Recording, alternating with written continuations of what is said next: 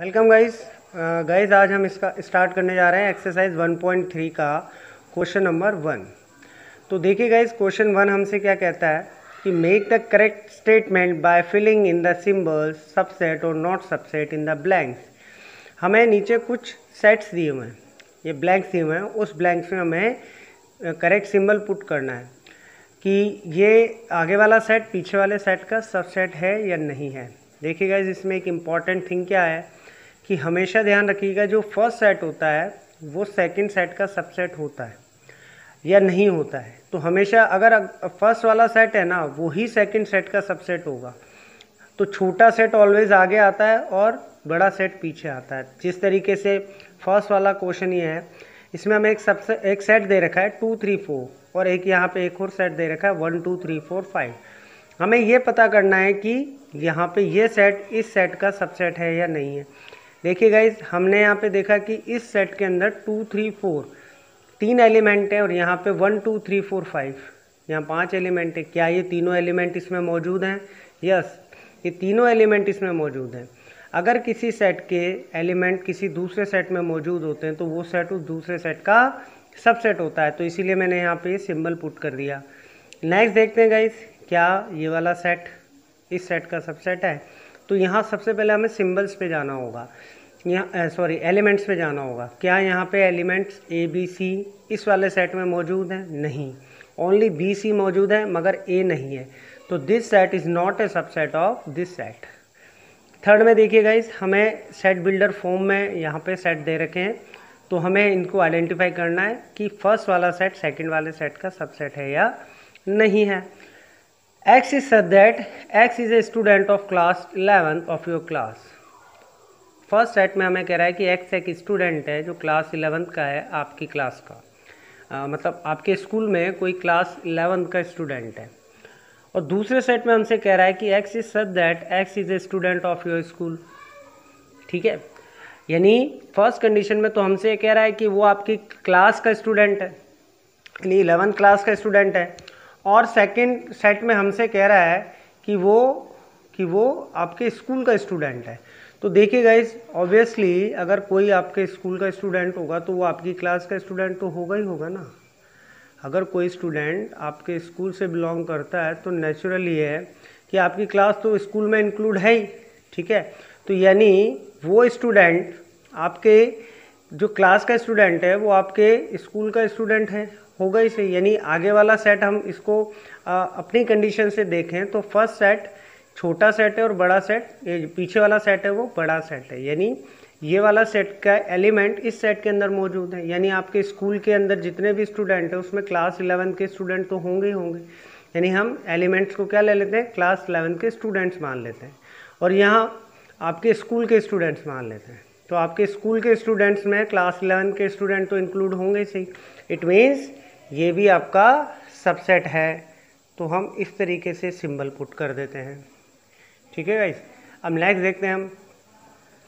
X is such that X is a triangle in the plane. किसी plane में यानी किसी एक पेज पर एक ट्राइंगल्स का मतलब ट्राइंगल्स मेंशन है। ठीक है, अब आगे कहता है X is such that X is a rectangle in the same plane, और उसी प्लेन में रेक्टेंगल भी है। ट्राइंगल तो है ही और उसी प्लेन में रेक्टेंगल भी मौजूद है।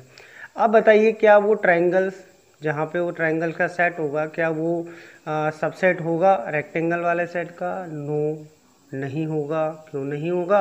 क्योंकि वो तो ट्राइंगल्स का सेट है। क्या रेक्टेंगल वाले सेट में ट्राइंगल्स मौजूद होंगे? नहीं होंगे, क्योंकि वहाँ तो सारे रेक्टेंगल्स हैं। तो इट मीन्स ये भी आपका सबसेट नहीं होगा।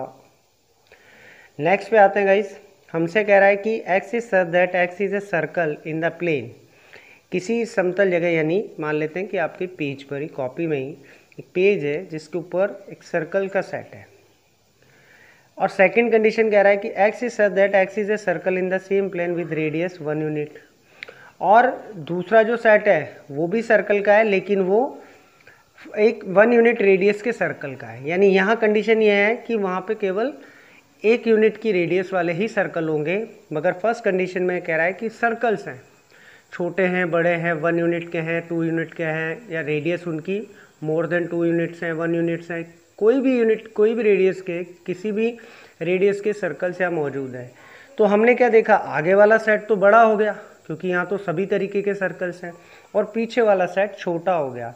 कंडीशन क्या कहती है सबसेट की, कि फर्स्ट जो सेट होता है उसके एलिमेंट सेकंड सेट के अंदर मौजूद होने चाहिए, मगर यहाँ फर्स्ट सेट के एलिमेंट सेकंड सेट में मौजूद नहीं होंगे क्योंकि सेकंड सेट में तो ओनली 1 यूनिट रेडियस के ही सर्कल्स हैं, तो इसीलिए ये इसका सबसेट नहीं होगा।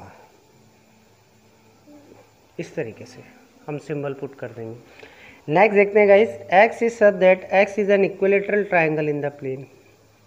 एक प्लेन है, यानी एक पेज है, पेज के ऊपर बहुत सारे ट्राइंगल्स हैं, लेकिन कंडीशन क्या है, वो इक्विलेटरल है। और दूसरी कंडीशन में हमसे कह रहा है कि उसी प्लेन, मतलब एक प्लेन के अंदर बहुत सारे ट्राइंगल्स हैं। यानी अब देखिए गाइस, यहाँ पे तो केवल एक इक्विलेटरल ट्राइंगल दिए हुए हैं, यानी एक पर्टिकुलर टाइप के ट्राइंगल दिए हुए हैं, लेकिन यहाँ तो सभी प्रकार के ट्राइंगल आ गए। ठीक है, तो इसका मतलब है कि इस वाले सेट में इक्विलेटरल ट्राइंगल तो ऑब्वियसली होंगे ही होंगे। हम यहाँ एलिमेंट ट्राइंगल्स को मान लेते हैं। इस वाले सेट में इक्विलेटरल ट्राइंगल एलिमेंट है और इस वाले सेट में सभी प्रकार के ट्राइंगल्स एलिमेंट है। तो ऑब्वियसली कि जहाँ पे सभी प्रकार के ट्राइंगल हैं उसमें इक्विलेटरल ट्राइंगल तो मौजूद होंगे ही होंगे, तो ये सेट इसका सबसेट कहलाएगा। अगला देखते हैं guys, X is N even natural number. पहले कंडीशन में तो कह रहा है गाइस, पहली कंडीशन में तो ये कह रहा है कि X is such that X is N even natural number, और सेकेंड कंडीशन में कह रहा है कि X is such that X is N integer. तो हम जानते हैं कि कोई भी इवन नेचुरल नंबर इंटीजर में तो लाई करेगा ही करेगा, क्योंकि इंटीजर तो पॉजिटिव और नेगेटिव दोनों ही होते हैं, तो इवन नेचुरल नंबर तो उसमें लाई करेगा इसे। ठीक है, तो इसका मतलब है कि इवन नेचुरल नंबर भी इस आगे वाला सेट जो है वो पीछे वाले सेट का सबसेट है। अब गाइस बात करते हैं हम क्वेश्चन नंबर 2 की। क्वेश्चन नंबर 2 में देखिए गाइस, हमसे क्या कह रहा है, examine whether the following statements are true और फॉल्स। हमें कुछ स्टेटमेंट दे रखे हैं और हमें ये बताना है कि वो ट्रू है या फॉल्स है। देखिए गाइस, फर्स्ट में हमें क्या दे रखा है, ए बी सेट में, और सेकंड सेट में बी सी है।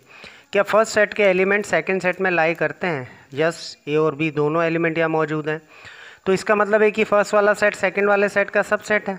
मगर यहाँ पे इसने नॉट सबसेट दे रखा है, तो ये कंडीशन क्या हो जाएगी गाइस, फॉल्स। अब सेकंड की बात करें, फर्स्ट जो हमारा को पहला सेट दे रखा है वो है ए और ई, और हमसे सेकंड कंडीशन में कह रहा है कि X is such that X is a vowel in the English alphabet. English alphabet में जितने भी वोवल्स होते हैं वो सेट इस एलिमेंट आएंगे, इस सेट के एलिमेंट आएंगे, यानी ए ई आई ओ यू। अब देखिए गाइस, यहाँ ए ई है, तो ए ये वाले सेट के एलिमेंट इस वाले सेट के एलिमेंट में तो लाई करेंगे, इट मीन्स ये ट्रू हो जाएगा। नेक्स्ट बात करते हैं गाइस क्वेश्चन 3 की। तो 3 में हमको फर्स्ट सेट के एलिमेंट दे रखे 1 2 3 और सेकंड सेट में दे रखे 1 3 5। तो क्या फर्स्ट सेट के एलिमेंट सेकंड सेट में लाई करते हैं? नहीं करते हैं। इट मीन्स ये इसका सबसेट नहीं होगा, लेकिन इसने हमसे क्या कहा है कि ये सबसेट है, तो ये कंडीशन भी फॉल्स हो जाएगी। इसी तरीके से गाइस हम फोर्थ वाला देखते हैं। फर्स्ट सेट के एलिमेंट है ए, सेकंड सेट में A B C. First set के एलिमेंट सेकंड सेट में लाई कर रहे हैं, यानी ए और ए कॉमन मिल रहा है, इट मीन्स ये इसका सबसेट होगा, तो ट्रू। अब नेक्स्ट की बात करते हैं guys, A is belong to A B C. हमें ये कह रहा है कि ए बी सी को बिलोंग करता है या, तो हमने देखा कि ए सेट क्या ए बी सी सेट को बिलोंग करता है, नहीं करता है। देखिए गाइस, सेट दूसरे सेट को बिलोंग नहीं करता है, सेट तो दूसरे सेट का सबसेट होता है। तो यहाँ पे अगर इसको बिलोंग टू की जगह अगर हमें सबसेट का साइन दिया होता तो उस कंडीशन में ये ट्रू होता, लेकिन हमें क्या कह रहा है कि ए जो है फर्स्ट वाला जो सेट है वो सेकंड सेट को बिलोंग करता है। नहीं, सेट बिलोंग नहीं करते हैं, सेट तो सबसेट होते हैं, बिलोंग्स तो एलिमेंट करते हैं।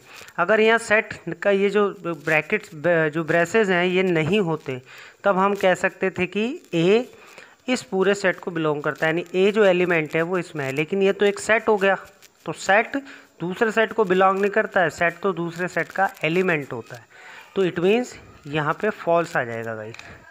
अब नेक्स्ट बात करते हैं हम लास्ट हमारे क्वेश्चन की। लास्ट क्वेश्चन हमसे कह रहा है गाइस कि x is such that x is an even natural number less than 6, यानी इवन नेचुरल नंबर जो कि 6 से छोटे हैं। तो हम यहाँ पर एक सेट बना लेते हैं गाइज। तो इवन नेचुरल नंबर 2, 4 दोनों, क्योंकि 6 से लेस देन कह रहा है तो इवन नेचुरल तो 2 और 4 आएंगे। और सेकंड सेट में क्या कह रहा है guys, x is such that x is an natural number which divide 36। x वो नेचुरल नंबर है जो 36 को डिवाइड करते हैं। तो बी सेट में कौन से ऐसे नेचुरल नंबर हैं जो 36 को डिवाइड करते हैं? 2 है, 4 है, 1 भी है गाइज, 1 2 4 3 5 6 7 8 नहीं 9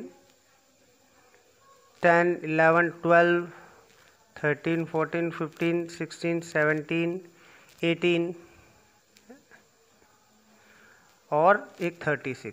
तो गाइज ये वो एलिमेंट्स हैं, ये वो नंबर्स हैं जो 36 को डिवाइड करते हैं, नेचुरल नंबर्स। अब देखिए गाइज, क्या 2 और 4 यहाँ एग्जिस्ट करते हैं? ए सेट के एलिमेंट क्या बी सेट में एग्जिस्ट करते हैं? यस, यहाँ पे 2 4 है और बी सेट में भी यहाँ पे 2 और 4 एलिमेंट एग्जिस्ट कर रहे हैं। तो इट मीन्स ये इसका सबसेट होगा। तो यहाँ पे ये इसने हमको दिया भी हुआ है कि सबसेट है, तो गाइज ये कंडीशन हमारी क्या हो जाती है? ट्रू। तो इस तरीके से गाइज ये आपके क्वेश्चन 1 और 2 कंप्लीट।